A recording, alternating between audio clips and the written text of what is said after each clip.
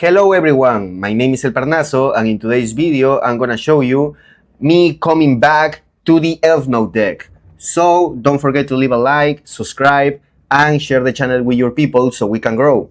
Also remember that I still be having updates for the best Yami Fiensmith Masterclass in Meta 5 with my knowledge to win nationals and almost go to worlds, making top 8 at the Continental Championship with Yami Fiensmith. It's already over 5 hours of content that will become 6, 7, and even 8 hours of content with the updates. I just made one yesterday, for example. So just for $20, give it a shot and let's begin. So why did I decide to come back to the Elfnote? Because I just wanted to try some ideas. I have a friend that's been playing Elfnote for a while, so just double checking, I thought, I think I can do that too. So I'm just trying to find myself again with the Elfnote cards because I really loved them before. I really thought they were amazing and they ended up just sucking, and then I thought, oh, Regina is gonna save the deck, but then Regina was ass too.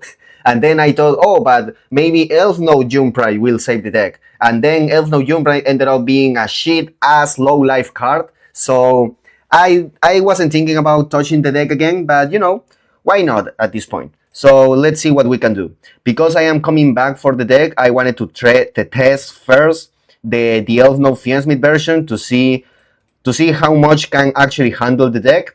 And then as soon as I see this hand and me losing the dice roll, I was just thinking, what the fuck is this ass deck? But you know, because even in other scenarios, this card maybe would have been the stupid Eudora, that piece of shit, and then this what could have been maybe another copy of this stupid shit, or maybe something even worse. So you know, shitty ass deck, but let's see what we can do, right? That's what I was thinking here. So here, because of he using costing a ritual that can absolutely add anything else, I decided to not ask Blossom the card because he can still achieve literally a full combo of Mitsurugi just by adding with the Mitsurugi for example Habakiri, because now he has already a ritual in the graveyard to use Mitsurugi Mirror, and then I just get my ass beat, right?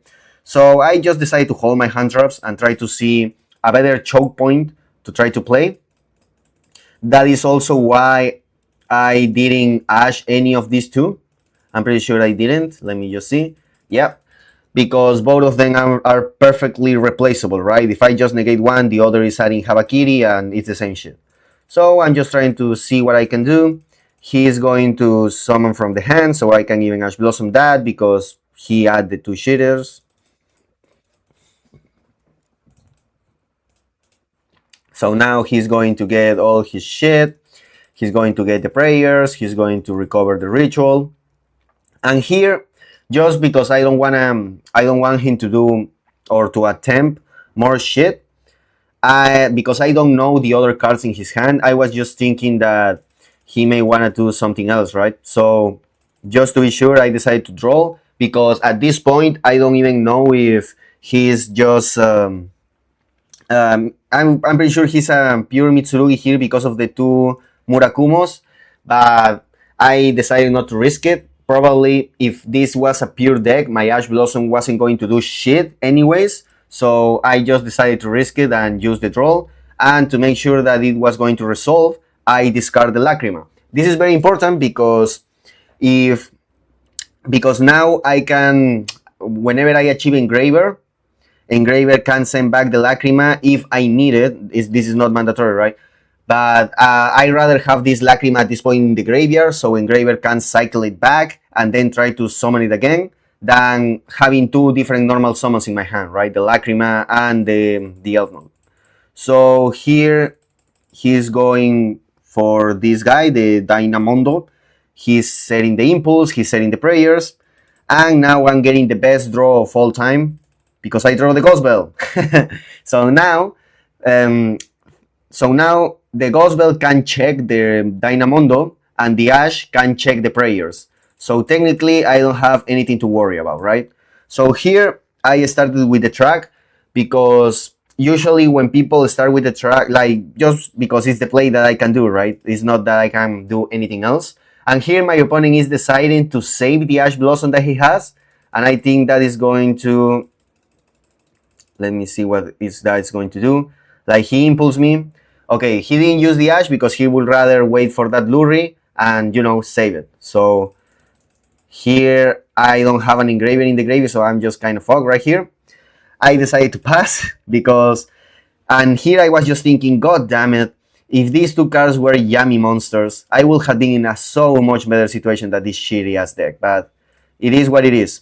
So here I just had to bell because then he was going to do all his shit, and then he's using the prayers. Luckily for me, he didn't have anything to cause with this squeak spell, so I can just ash it, and now because both of us are playing decks that fucking sucks, like in the grand scheme of things, right?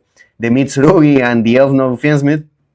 Well, we are now just praying for draws. This deck sucks so much, the Mitsurugi, that he has 4 cards in hand and he can do shit. So he's just going to pass. Then I just draw my crossout that it would have been amazing just the turn before. No, not even that, because he used, no, that the crossout that would have been useless even the turn prior, because he used the impulse instead of the Ash, right? So I just didn't see the sense or the value on setting it. I'd rather make him think that I have hand traps or some shit, right? So he draws an impulse. Like, we are just two useless decks right here, right? So again, why this changed my mind so much? Because I was just thinking right here, why this deck sucks so much, right? But I'm pretty sure that even if these cards were for the pure Elfnote deck, this will have been asked too, because that deck plays more bricks. So it's very likely that these two that I drew were going to be useless bricks too. Like, for example, the stupid Junora, and this maybe like any other weird shit, right? Now you can make the argument. I was just thinking maybe this track will have been like Athenia, or maybe even a Fortuna, or, you know, or maybe the Terminus, some shit like that could help me play, right? But even in that scenario, all of those starters will have lost to the Ash Blossom that he has. So even in that scenario, I will have been like just like this, like in the shit. Because, and even then, he will still have the Dominus Impulse if he decided not to use it, right? So that is what I was thinking at this point. Why this deck sucks so much? That, you know, we're gonna try to find any kind of reasoning for this stupid ass deck. But because I like the Elfnote cards at the end of the day, you know? So Mitsurugi sucks too, so we are just both handicapped people. And here, you have no idea how much I was tilting here. Because now my only play is to use the Regina, right? That if it resolves, I will have literally everything. But I was just thinking, if he has Dominus Impulse, I'm going to lose both of my cards, the Patron and the Regina. At this point, I just couldn't afford it, so I just had to try it. And guess what? Obviously, I'm getting Impulse with a trap. So now I'm with even less. He like the greatest duel of all time, right? But at the same time, this helped me to give a lot of time to think about how ass this deck is and how we can do something about it. I was just thinking, well, maybe this is just bad luck, right? This can always happen. But then, the best draw of all time, Elfnote Fortuna. So now, maybe he decided to not set the Super Poly because he don't have any target for this deck. That's my only thought, right? And he wants the Fuwa to try to make a push. So here the Fortuna is going to give me absolutely everything, because now I can go for the Madness. Here I decided to cause the Fortuna because of different things. First, Ash Blossom is still something that I can use if my opponent interrupts me here, because he can have a third impulse, right? Like, that's a reality, right? Also, he can even have a Ghost Ogre here, or a Ghost Bell, because he activated both impulse from the field, so he is not locked into any kind of attributes. Also, the Ash Blossom is a fire, so I can revive the Elfnote Power Python with it, and if I revive the Regina and the Fortuna is still in the middle, Regina can't use its effect because it says if the card is in normal special summon to the center main monster zone. So those two reasons were forced me to use them to cause the Fortuna, right? Even in this precarious position. So what I decide to do here, this is going to be very funny because of how this sequence is going to work. I just go for the Regina, and the Regina is going to trigger, right? So here, he decided to use the Ash first because I'm fucked, right? I don't have anything. So he rather not have me playing than using the Fugados, right? Because I'm special summoning from the deck. And here, this allows me to use the Nobleman Crosser, right? To negate the Ash Blossom as Chain Link 3. Like Chain Link 1, Chain Link 2, Chain Link 3, right? And here, because the Ash Blossom is going to be negated at the resolution, he is deciding to use the Muchami Fugados, right? So, because this is Chain Link 4, and he's... I can still use as a Chain Link 5 my own Ash Blossom. Because first, the Ash Blossom is going to negate the Fuga, and then the crossout is going to negate my opponent's Ash, which I think was very funny, right? So here, I'm just resolving everything, and, well, my opponent knew that it was kind of over, right? Like, at that point. Like, here, then we just go for single 2. Well, here, again, I was just thinking, God damn it, if these two Lucina were any two Yami names, I will have two different ways to push instead of only one. This deck sucks X, bro. But, you know, I'm gonna try my best to try to do this shit work. So, he obviously starts with Mitsurugi Ritual from the hand, obviously. Because why the fuck not, right? So, he is using the Sagi, blah, blah, blah. He is recovering the Ritual. He's adding the Trap. And here, luckily for me, I had the Ash Blossom because the draw. Because at least this time, he had the preparation of right. So, he was going to do a lot of shit, right? So, again, I'm in the position of discarding one card so my draw can resolve. I decided to discard the Lucina because I am still not sure if he has, for example, some weird combination when he can leave on the board the one that special summon like eternally from the graveyard. So I just, to make sure, wanted to have the impermanence. And at the end of the day, the Lucina wasn't going to do that much. So he, as you can see, he's actually doing that shit. So here, sadly for me, I just draw another way to not play the game. So thankfully, I thought about that shit, especially because I knew that he had a Ritual to special summon from deck. So I imperm this guy, and then I'm just praying for him to not use the trap card. But he does, and you know, I just have nothing at this point because he's going to recover everything. So I just concede, and now I'm going first, right? So let's see what we can do. Now, again, here I was just thinking, God damn it. I could, even in the worst scenario, I could use this Ash Blossom as an extender with the Undead, you know. It is what it is. But I thought that at the beginning, but then I realized this is just me getting frustrated by playing a shitty ass deck in comparison to Yami Fiensmith, right? Because in reality, if I had this hand with one Yami name and all these other 4, I wouldn't have used the Ash Blossom as an extender. So again, it's always good to try to, even in these specific moments, to think and debate with yourself of why are you thinking the things that are you thinking. Are you actually thinking because it's the objective reality of the duel of what's actually happening? Or is your mind just fucking with yourself because of your emotion of the specific life that you are living? In my case, knowing very well that Yami Fiensmith is a lot better than this shit, right? So I decided to stop thinking about that because it was just, it was completely unjustifiable. If this was a Yami name, I wouldn't have used the Ash Blossom because what I explained in this masterclass, and specifically the jamming about Almirage, right? There are contests when you use the Almirage, there are contests where you can afford that luxury. So I just go with the Lucina, and well, luckily for me, it's resolving, nice. So here, and this is the moment when I actually got myself thinking, I can't play Yami Fiensmith anymore. Because here I was just so scared of anything that could happen to my power patron. I was just thinking, this motherfucker is a pure Mitsurugi. So he can play Hydraulis Harmonia.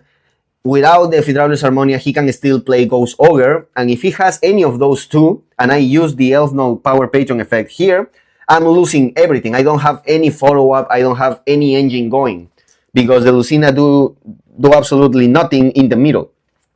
So, but at the same time, if I not use the effect of the Elfnote Power Patron, I can make a Synchro level 10. And if I can make a Synchro level 10, I can go for the Fablet, that is a Fiend Light. Therefore, I can go for my Mitsurugi, for my Fiendsmith engine. So here is when I realize, coming back to the deck, that I really can't afford those scenarios in this format, at least right now. So the Elfnote Fiendsmith, so here is when I decided that maybe Elfnote Fiendsmith is not the way. I have my reasoning to want to try the Elfnote Fiendsmith, but here is when I realize why you just can't do it. I will make a video about it if you want, like if you enjoy this Elfnote content again, because I will still try to push and see which way I can actually play this card, because I enjoy them. I like the Elfnote cards. I like the logic behind it. It's just that they suck so much in reality, you know? Especially when you compare it with decks like Jammy or even Kulton, bro. Like, Kulton just is a lot better than this shit. So, but it's funny to play. I understand, because I have a lot of fun playing the Elfnotes. I like the cards. So, but here I realize that because of that specific argument, I don't think I can play Elfnote Fiendsmith anymore. Even though there's a lot of arguments that I like for the Elfnote Fiendsmith than the pure Elfnote. So, you know, but you can see that this was really digging into my mind here, because even though I didn't draw any Fiendsmith card, like I decided to Ash Blossom the card, because even if I'm going just for Elfnote shit, I didn't want him to giving any draws, because the other non-engine that I drew against the Mitsurugi was perfect, like 2 Solemn Accusations, 1 Impermanence. I think that I could take the luxury of making sure that this Ash didn't give him more cards to a deck like Mitsurugi, even if I'm going to give him just 1 or 2 draws. Like, if I was allowing this to resolve, I was just giving him 2 draws, right? And I was more than fine. But because of the specific hand that I had, I'd rather have a better end board with these extra cards and just using the Ash Blossom to this. So, regardless of that, I decided not to go for the Mitsurugi, for the Fiendsmith bridge, because of the things that I just explained to you, of the shit that was going through my mind. So I just went to this. I used this motherfucker right here, and I just trying to take most advantage as I can. Right here, I was going to make the clear wing before all my shit, but he just decided to impulse me. So now I can just go and play freely. Here, obviously, it was a mistake. I meant to use it in the middle, right? I moved it immediately. And then I'm just going to guarantee all my shit.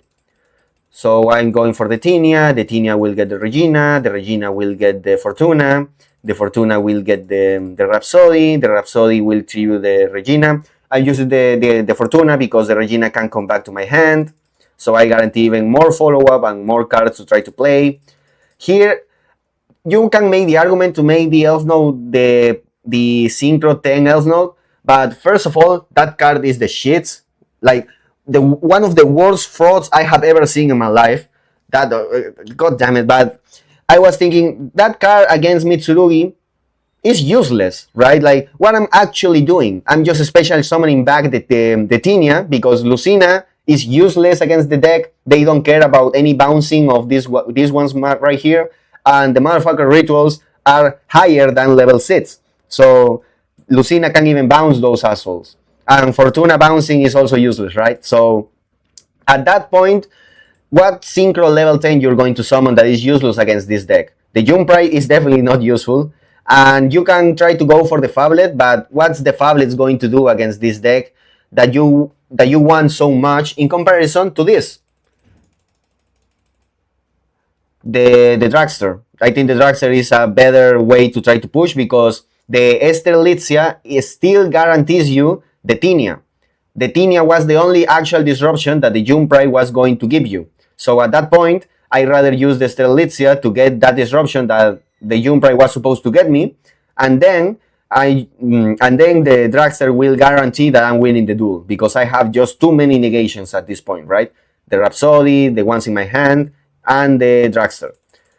So just trying to play it safe to guarantee to win the game. My opponent just have 3 cards, and it's just a fucking Mitsurugi, right? So I should be winning right here. Or I should force him to make like stupid plays like the Typhoon and just win the duel, right? And here just an impermanence was actually enough. And well, he's just going for the Typhoon. The Typhoon is a good answer against my Dragster, but at the same time, if you are making the Sky Crisis, you are not making any of the other rituals, so who gives a shit, right? The Dragster was, awesome still. So here, before he goes to main phase 2, during the battle phase, I decided to use Regina, sending the welcome home, because in the main phase 2, he's gonna have priority, right? Like, because it's his turn. So the first thing that he can do in main phase 2 is just declare Typhoon effect to pounce, and I'm losing my synchro, right? Yes, you can make the argument that, hey, but you just negated with the Rhapsodia, right? But if I do that, I will need to use the Regina from my hand. And if I am going to use my Regina anyways, I rather make my Regina another monster for a follow-up in my own next turn. Because at this point, the welcome home is not doing that much, right? At this point, I believe that the welcome home is just a fodder for Regina to be summoned. So here in battle phase, I use the Regina, and now I can just use my Rhapsody to send any of these two, and I will still have my synchro circulation. So here, this is exactly what I do. I send the Lucina because I'm getting other name anyways, and the Regina is something that I prefer to use as synchro material in my turn because it actually comes back, right? So here he just can't do anything. Like is completely is useless to keep playing, right? So he's just going to see whatever he can do after, and he's going to concede. So this is what I'm saying, that this match changed me completely when it comes to the perception of Elfnote, because I knew that the cards actually suck. I love them, but they suck. Like, that's the reality of it, like, as you could see in single one. So regardless of that, playing the deck again and seeing this specific fear of trying to go to the breach of defense midline convinced me that most likely, if you want to play Elfnote, it has to be the pure version. Maybe I will try the branded version too to see. It don't convince me that much. I'm not gonna lie, but I can try it anyways, right? So let me know if you want to see more Elfnote replays or more Elfnote content with a like, a subscribe, and share the channel with your people. Also, let me know in the comments too. So I'll see you tomorrow. Bye bye.